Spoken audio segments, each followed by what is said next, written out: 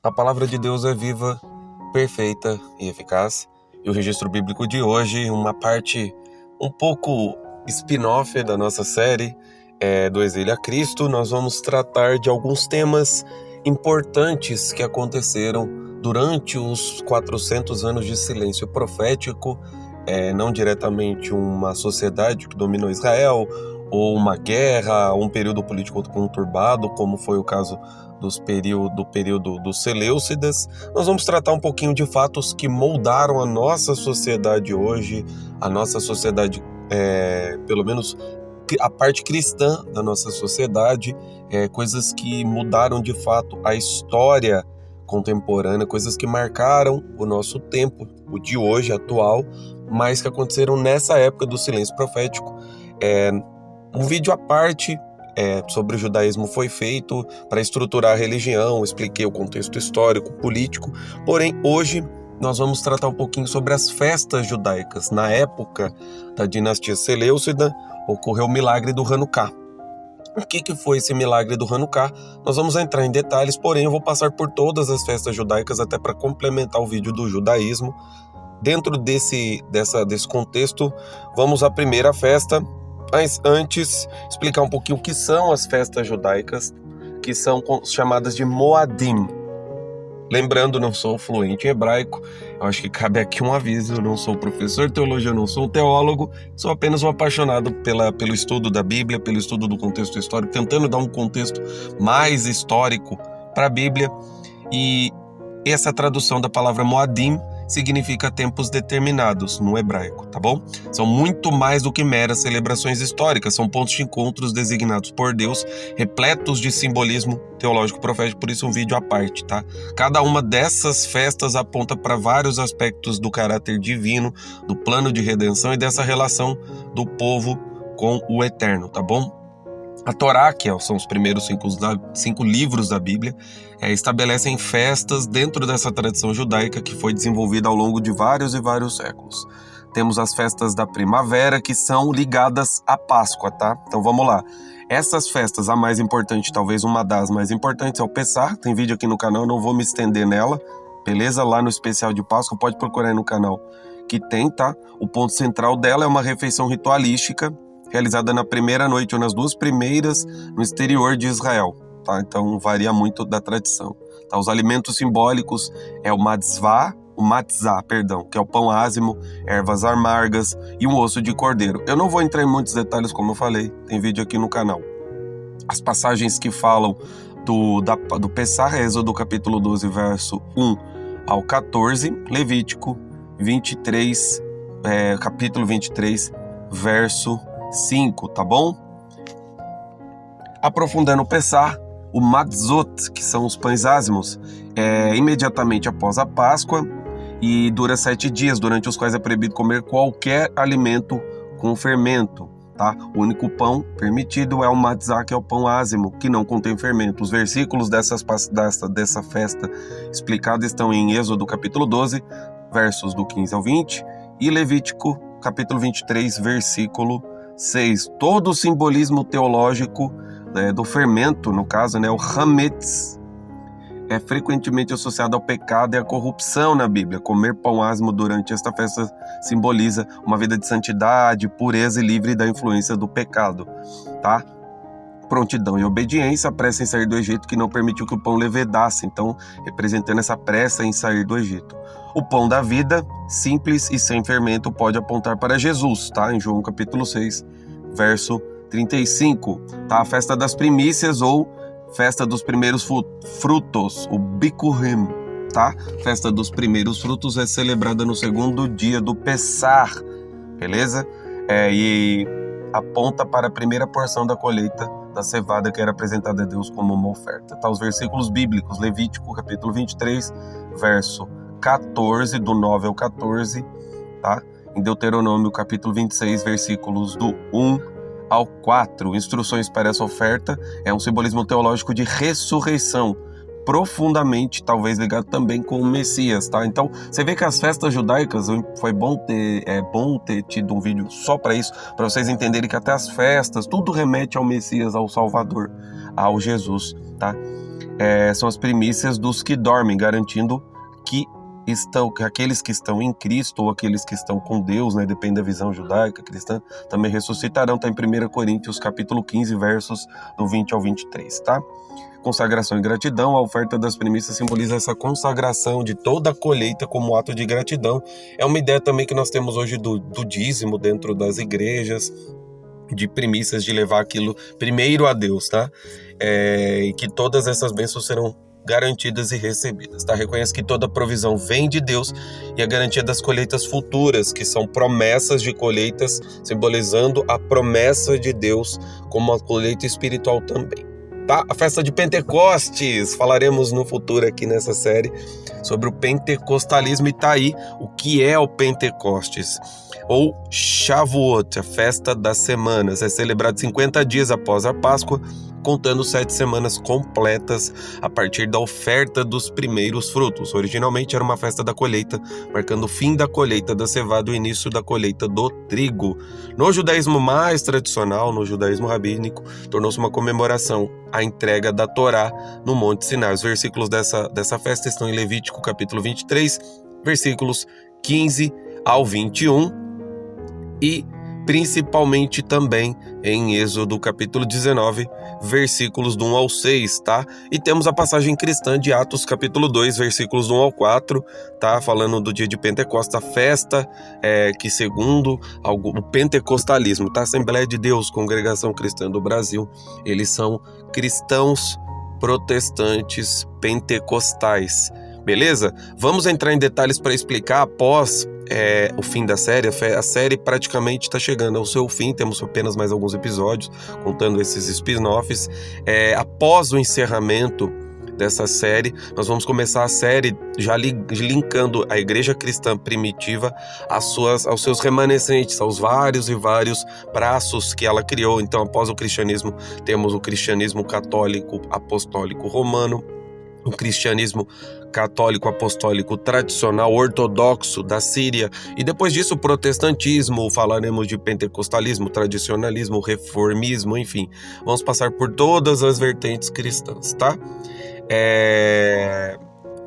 Outro ponto, Pentecostes, a festa de Pentecostes, é isso que a gente falou sobre as primícias, mas como eu falei, se o vídeo for muito longo, vai ficar enfadado, vai ficar entediante. Então o que eu vou fazer? Sobre o pentecostalismo, quando eu for falar do que foi o dia de Pentecostes em Atos 2, a gente entra em detalhes, tá? Do que foi, para não se estender, tá? Essa colheita da festa das semanas, do Shavuot, ou da festa do Pentecostes, a colheita do trigo simboliza a colheita espiritual de almas para o reino de Deus, o que começou poderosamente neste dia de Pentecostes, já após Cristo, tá? Vamos às festas de outono agora, ocorrem em período mais curto, são consideradas mais solenes, com foco no julgamento, arrependimento e redenção final, tá? Uma das principais, é a Rosh Hashanah, tá bom? A festa das trombetas, ou o Ano Novo Judaico. Essa festa é celebrada no primeiro dia do 7º mês, o Tishrei, também conhecido como Yom Teruah. Lembrando sempre o Gênesis, né? O 6º dia Deus criou a humanidade e a partir do 7º ele desfrutou. Então sempre múltiplos de 7, você vê naquela parábola do perdão lá, não foi bem uma parábola, mas um ensinamento de Cristo para Pedro, que devemos perdoar 70 vezes 7. Então o 7 é o número da perfeição, é o número que é remetido muito a Deus. Então por isso que é 7 dias, 7 semanas, 7º mês, tá? E também conhecido como Yom Teruah, dia do toque da trombeta, é o dia da introspecção, tá? Arrependimento, preparação para o Yom Kippur, que a gente vai chegar lá, tá? O shofar, que é a trombeta ou chifre do carneiro, é tocado centenas de vezes, tá? Essa passagem, remetendo a essa festa, está em Levítico, capítulo 23, versículos 23 ao 25, está em Números, capítulo 29, versículos do 1 ao 6. O simbolismo é o arrependimento. O toque de shofar é um chamado ao despertar espiritual, também era feito para lembrança de guerra, tá? Nos períodos de guerra o shofar também era tocado. A reflexão sobre a vida e o arrependimento pelos pecados cometidos. O dia do juízo. A tradição vê essa festa, o Rosh Hashanah, como um dia de julgamento, onde Deus avalia as ações da humanidade nos últimos 12 meses, tá? A segunda vinda, também remetendo ao Messias, muitos veem o toque das trombetas como um prenúncio do retorno de Jesus. Essa referência está em Mateus capítulo 24, verso 31, e em 1 Tessalonicenses capítulo 4, versículo 16. É o início do novo ciclo, marca o início do ano civil judaico, simbolizando novos começos e oportunidade de recomeçar a andar nos caminhos do Altíssimo, tá? A próxima festa de outono, o Yom Kippur, que foi o que eu falei, o dia da expiação, 10 dias após o Rosh Hashanah. O Yom Kippur é o dia mais solene do calendário judaico, um dia de jejum completo, de um dia ao outro, tá? De um pôr do sol ao outro, dedicado para a expiação dos pecados e reconciliação com Deus. É o único dia do ano em que o sumo sacerdote entrava, né, no Santo dos Santos na época do templo, do tabernáculo, para fazer a expiação dos pecados por si mesmo e pelo povo. Passagens dessa festa estão em Levítico capítulo 16, versos 1 ao 34, e detalha todo o ritual dessa expiação, os sacrifícios dos bodes. Inclusive, também cabe um vídeo aqui no futuro a respeito do Azazel, tá? Que é um dos bodes expiatórios. Até essa expressão que nós falamos hoje, o bode expiatório. Né, a história do bode expiatório para Azazel. Não vou ainda entrar em detalhes, que o vídeo já tem 11 minutos, para não estender, não ficar chato. Este vos será por estatuto perpétuo, no 7º mês ao 10 do mês, beleza? Essa é a passagem de Levítico, tá? Temos também Levítico 23, capítulo 23, versos 26 ao 32, e o simbolismo teológico dela é o ápice do arrependimento e a busca pelo perdão divino, tá? O ritual do bode expiatório, como eu falei, levava os pecados para o deserto e prefigurava Jesus, que levou sobre si os pecados da humanidade. Se você pegar essa referência, está em Isaías capítulo 53, versículo 6, e no livro aos Hebreus, capítulo 9, versos 11 ao 14, é um dia de reconciliação, de comunhão entre Deus e o homem, simbolizando entre Deus e o homem, simbolizando a reconciliação definitiva alcançada por meio de Cristo. O juízo final, a redenção final aponta para o futuro, o dia do juízo, e a redenção final para aqueles cujos nomes estão escritos no livro da vida, tá? Vamos lá, festa dos tabernáculos, festa das cabanas ou Sukkot. Descrição 5 dias após o Yom Kippur. Então vamos lá, presta atenção nos detalhes, tá? Mais uma festa, uma ligada à outra, tá? Então não são, assim, eles chamam de festa, mas são rituais, pontos a serem analisados um após o outro, tá? É uma festa que 8 dias, 8 na diáspora, tá? Então mudou, a festa foi adaptada ao longo do tempo. Ela celebra essa provisão de Deus para Israel durante os 40 anos no deserto, que habitavam em tendas ou cabanas temporárias, tá? Essas famílias constroem e habitam em Sukkot durante a festa e usam 4 espécies de plantas, o lulav e o etrog, tá? Perdão pela pronúncia, eu não sou fluente em hebraico, tá bom? Essa passagem da festa está em Levítico capítulo 23, versículos 33 ao 43, e falou o Senhor a Moisés dizendo, fala aos filhos de Israel, dizendo, aos 15 dias deste 7º mês, 7º mês, será a festa dos tabernáculos ao Senhor por 7 dias, tá? Algumas passagens eu tô lendo para vocês entenderem a questão do 7, como número de perfeição que eles entendem, tá? Outra passagem também está em Deuteronômio capítulo 16, versículos 13 ao 15, e no Novo Testamento, João capítulo 7, 37 e 38, onde Jesus proclamou, se alguém tem sede, venha a mim e beba. Ele tabernaculou, tá? Então, por isso essa referência do tabernáculo, tem vídeo no canal a respeito disso. E todo o simbolismo passa pela provisão divina, dependência a Deus. Lembra a provisão milagrosa no deserto e a total dependência do homem em relação a ele. Deus morando e habitando, tabernaculando com o homem, e esse hábito de morar em cabana simboliza, né, o tabernáculo, a festa das tendas, né, é uma cabana, é uma habitação temporária, é uma jornada terrena e a esperança de uma morada permanente com o Eterno.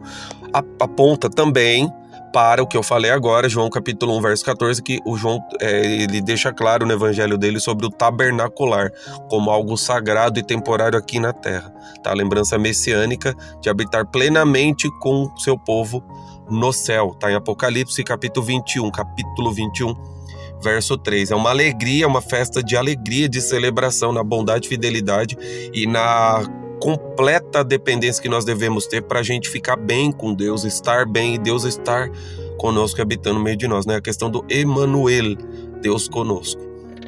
Tá? É a água viva, a cerimônia da água em Sukkot, na qual a água era derramada no altar, está ligada à proclamação de Jesus sobre a água viva, o Espírito Santo que sacia a sede espiritual, tá? Lembrando também aquela passagem, aquela parábola da mulher samaritana no poço, tá? Outras festas e observância, além de todas essas estabelecidas em Levítico capítulo 23, há outras celebrações no calendário judaico, e nós vamos falar agora delas mais tarde, tá? Uma delas é a do Hanukkah, mas vamos falar do Purim. O Purim é celebrado no 14º dia do mês Adar, comemoração de salvação dos judeus no extermínio do Império Persa da época do Amã, lá de livro Esther. É uma festa de grande alegria com a leitura do Megillah, que é o livro da Esther em hebraico. Fantasias, banquetes, doações aos pobres, tá? Todos esses versículos estão no livro de Esther, falando do Purim, capítulo 9, versículos 26 e 27, é a provisão divina, a providência divina e soberana que opera nos bastidores para proteger e libertar seu povo novamente, que estava sofrendo.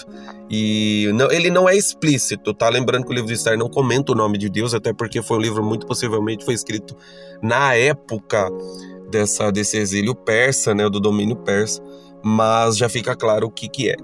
Tá? Libertação e alegria da ameaça e destruição que resulta na salvação, tá? As doações aos pobres, o compartilhamento de alimentos enfatiza a responsabilidade social e união da comunidade, tá bom? Essas festas como um todo é um rico momento histórico que vale a pena ser lembrado. E agora, para fechar, vamos falar do que é o momento crucial desse vídeo. Nós vamos falar agora do milagre do Hanukkah. Tá? Vamos falar o que é o Hanukkah, tá? É a festa das luzes, é uma festa de 8 dias que comemora a rededicação do templo de Jerusalém no século II, na época da vitória dos Macabeus. Vamos falar da revolta dos Macabeus, mas antes falar do Hanukkah para vocês entenderem o quão profundo foi e para encaixar com o que vai falar da vitória da revolta dos Macabeus, tá? Assistam o vídeo. Tá? Esse vídeo é o de sábado, amanhã nós vamos falar sobre a Septuaginta, ontem o vídeo sobre a revolta dos Macabeus. Então eu falei como se ainda não tivesse o vídeo já está gravado na gravação deste, e no ato da postagem deste vídeo vai ser um dia depois da postagem da revolta dos Macabeus. Fica muito complicado, eu gravo muito antes para poder me planejar, estudar e formular os roteiros dos próximos vídeos, então acaba que eu não faço tudo junto na ordem certinha e acaba ficando um pouquinho bagunçado. Peço perdão. E após a vitória dos Macabeus sobre os Seleucidas, esse azeite que era para durar um dia só, ele acaba durando 8. Simboliza o acendimento dessa menorá do candelabro, tá? No vídeo do judaísmo tem lá esse símbolo. E em cada uma das noites, tá? Os versículos bíblicos não tem. Como eu falei mais uma vez, essa parte ela só está no livro dos Macabeus, vai ter uma análise sobre isso, tá? Primeira e segunda Macabeus não é um livro canônico, ele é deuterocanônico, ele é apócrifo, não está na Bíblia judaica, não está no Tanar, não está na Bíblia cristã protestante, mas está na Bíblia cristã católica, tá? Mas temos referência no Novo Testamento, no João capítulo 10, versículos 22 e 23, tem lá o acendimento da menorá e a vitória da luz sobre as trevas. O acendimento das luzes simboliza a vitória de Deus sobre as trevas, sobre o mal e da perseguição cultural e assimilação cultural, tá? Lembra da fidelidade de Deus em preservar o seu povo e mostrar milagres nos tempos de dificuldade. Sempre a salvação vem nos momentos difíceis, tá? Então, é isso, né? Se eu tivesse gravado falar das festas judaicas com toda essa profundidade dos versículos bíblica, eu acho que o vídeo ia ficar longo, tinha 21 minutos o vídeo do judaísmo, ia dar uns 40, aí ia ser uma saga imensa. Valeu a pena ter gravado um vídeo só sobre isso, tá? Beleza, então, muito obrigado, gente, Deus abençoe a todos vocês, obrigado por acompanhar o canal até aqui, muito, muito, muito obrigado mesmo. Até a próxima, Deus abençoe a todos.